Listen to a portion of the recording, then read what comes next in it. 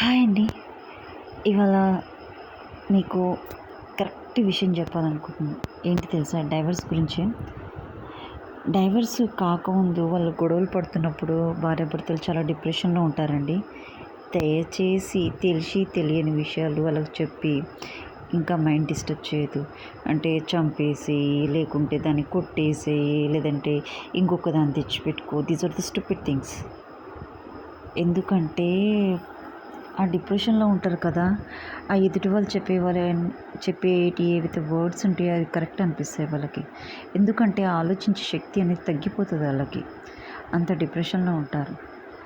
ఇంకొకటండి, దయచేసి నేను ఎవరికి వాళ్ళ చుట్టుపక్కల ఉన్న వాళ్ళకి ఎవరైతే డైవర్స్ కేసు అవుతుంది, ఇష్యూస్ అవుతున్నాయో వాళ్ళ సరౌండింగ్స్లో ఉన్న వాళ్ళే కానీ, సరౌండింగ్స్ అంటే ఇప్పుడు చుట్టుపక్కల వాళ్ళే కానీ, రిలేటివ్సే కానీ, ఇంకా అదర్ నేబర్సే కానీ, ఫ్రెండ్సే కానీ, అలాంటి వాళ్ళు అనమాట. దయచేసి ఇట్లాంటి అడ్డమైన సలహాలు ఇవ్వద్దండి. ఎందుకంటే చాలా డిస్టర్బెన్స్లో ఉంటారు కాబట్టి మీరు ఇచ్చే సలహాల వల్ల వాళ్ళు ఇంకా డిస్టర్బ్ అవుతారు. దయచేసి ఇవ్వద్దు. ఇదే చెప్పాలనుకున్నాను.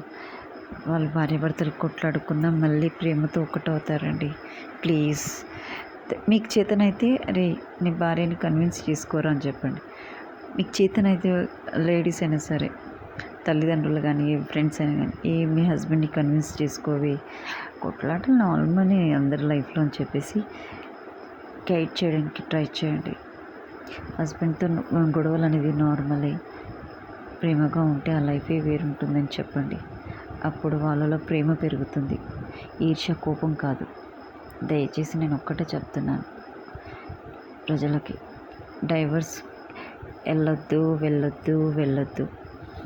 ఆ డిప్రెషన్లో వాళ్ళు ఎవరైతే ఎదుటి వాళ్ళు చెప్పే మాటల్ని అది టార్గెట్గా తీసుకుంటారు. దయచేసి అలా చెప్పే వాళ్ళు పాపం చేసినట్టేనండి నా దృష్టిలో. మీ ఇష్టం. Thank you to everyone.